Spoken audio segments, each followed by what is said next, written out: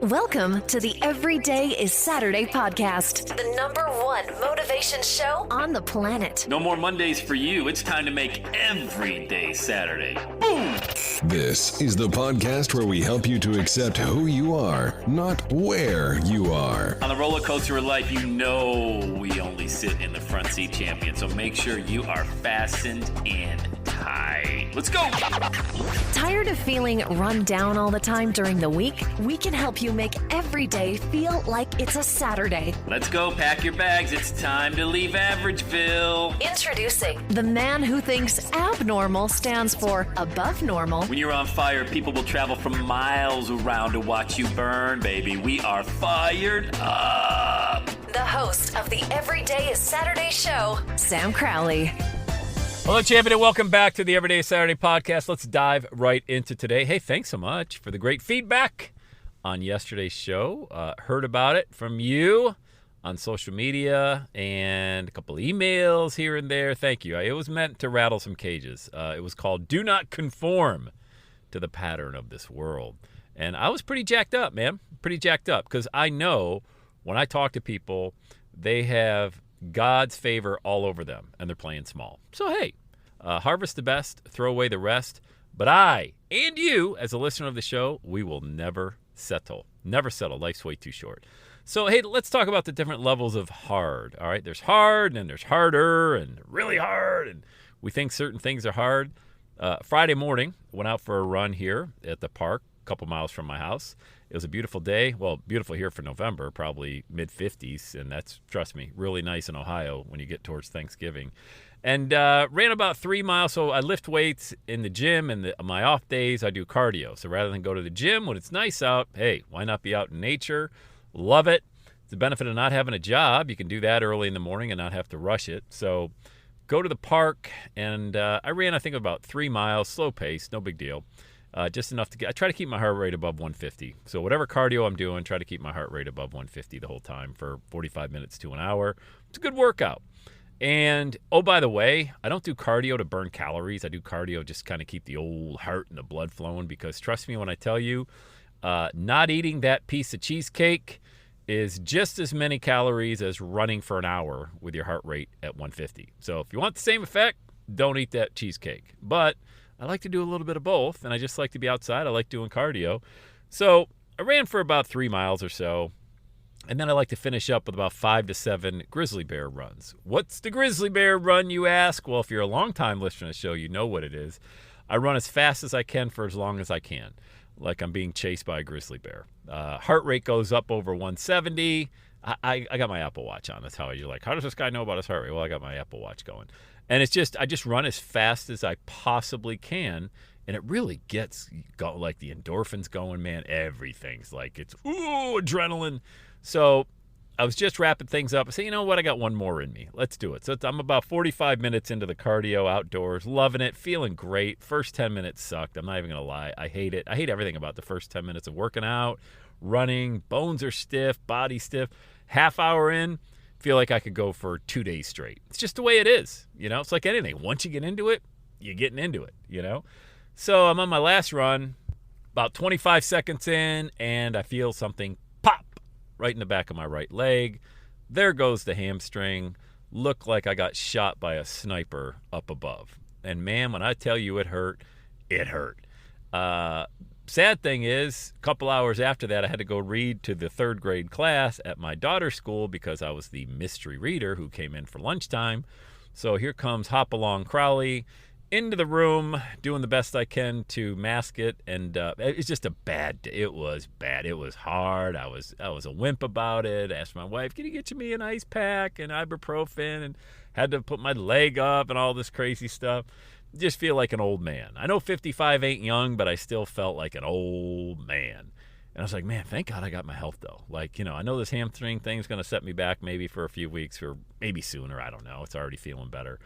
But then I rented a movie last night on Netflix after I watched my Buffalo Bills put a beat down on the Jets. I put on Netflix like I do every night.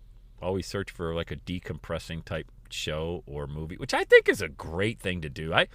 I see all these Twitter bros and people out there saying, I jump in a ice bath and I wear blue lenses all day and I don't eat or fast and this and that, and I turn off all my electronic devices 2 hours before bed, and that's what gets me a good night's sleep. I'm like, dude, I watch Netflix right up until my eyes close after a good day of working out, a good day of serving and working in my business, and I sleep like a dead animal, dude. And I watch Netflix right up till I go to sleep. So, I don't know. To each their own. So, anyway, The Lone Survivor. Have you seen this movie? It's on Netflix. It's not a new movie. It's probably 10 years old. Mark Wahlberg's in it.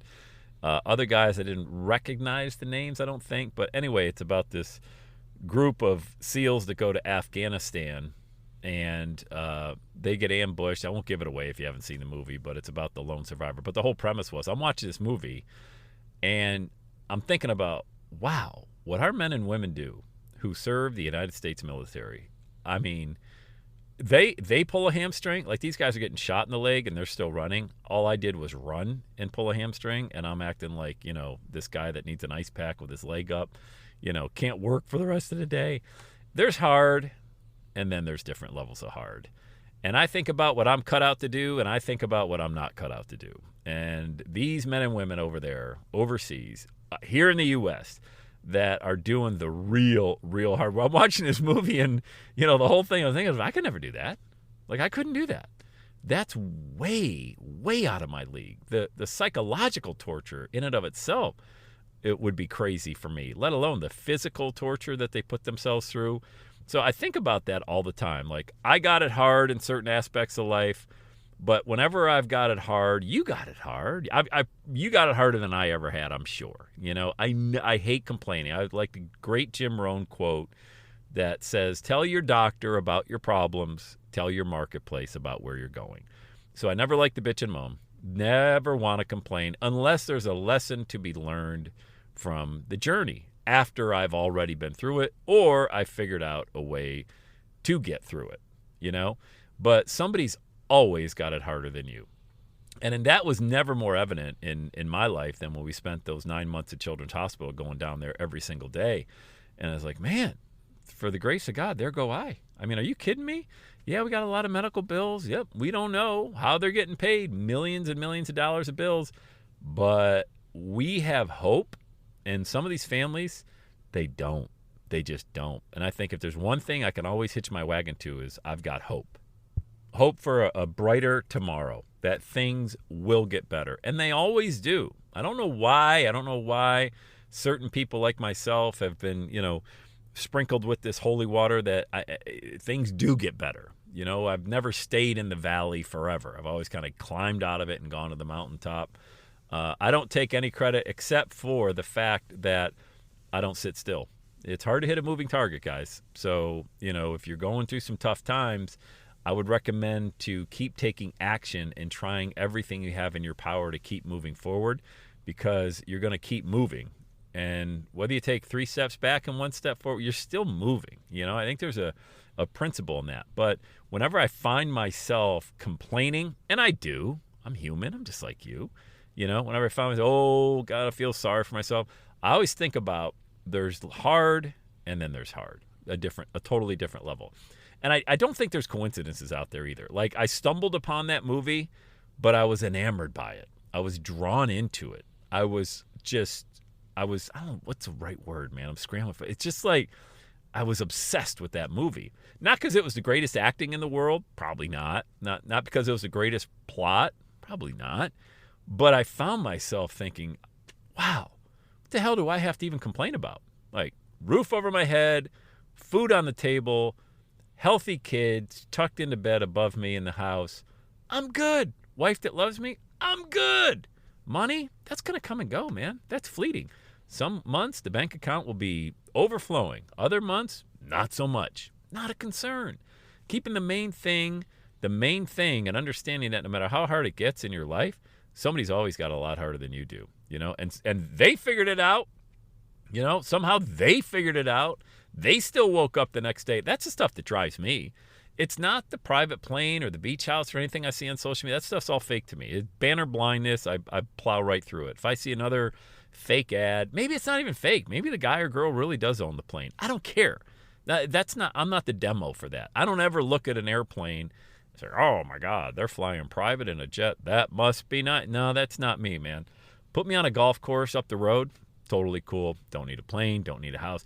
It's not that I don't strive for it. The 10X lifestyle. God love you, man. 10X everything. I have no interest in doing that. No, you know what I do want to kind of 10X though? What I already got.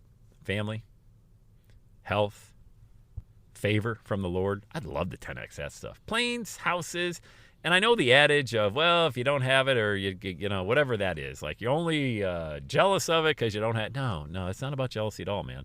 I learned a long time ago. I've seen those people, and they're more miserable than I ever was on my worst day. So not interested.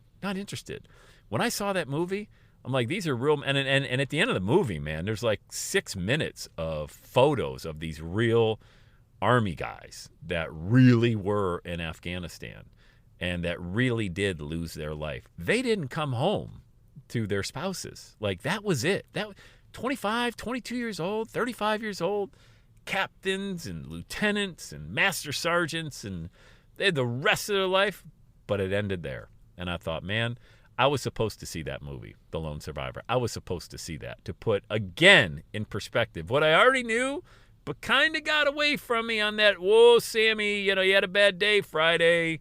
Why did this happen, you know? And, man, that stuff, I think with these messages, they come to us. Wouldn't you agree? Like, these messages come to us at the perfect time in our life to remind us of why we're here, what we're here for, and never to complain. Just don't complain. If you're going to complain, do it to, you know, like I do. Do it to your spouse. 25 years. She's been listening. That's, I think, part of what her biggest, great listener, biggest attribute is to sit there and go, oh, yeah. I don't even know if she's listening. She pretends like it's awesome. Oh, yeah. Okay, well, take it easy, you know? But then there's different levels of hard, man. So especially if you're in the entrepreneurial game, man, it ain't easy. But the person that you become along the way, God, there's nothing like it. There's just nothing like it. I would not trade 1 minute of this entrepreneurial journey for anything else. For 50 years in a $1 million CEO job, I wouldn't trade even my worst day on this journey because of the freedom and because of the process and the person that we get to become along the way. All right. So I hope this message sowed a seed in good soil with you. And if you're ready, when you're ready to launch your $1 million message, get a hold of me. All right, go to launchmymovement.com, book a call, and let's talk about your dream. All right, let's do it. Say it with me, gang. Have the best day ever. And that's a wrap. Another Everyday is Saturday podcast in the books. Thanks so much for listening. Would you do your boy a favor? Would you get on iTunes or wherever you listen to the Everyday Saturday podcast and leave a rating for the show? It helps amazing people like you find the show faster. And that's what I'm looking for, amazing people like you. Hey, I'm always hanging out on the interwebs. You can check me out on Instagram at EverydayIsSaturday. Let me know you're listening to the show. Love hearing from fans of the Everyday Saturday podcast. And one last thing, when you're ready to launch, get on my calendar, go to launchwithsam.com. You and I are going to work together to set rocket fuel to your dream. Are you ready? Let's do it. I'll see you on the next Everyday is Saturday podcast.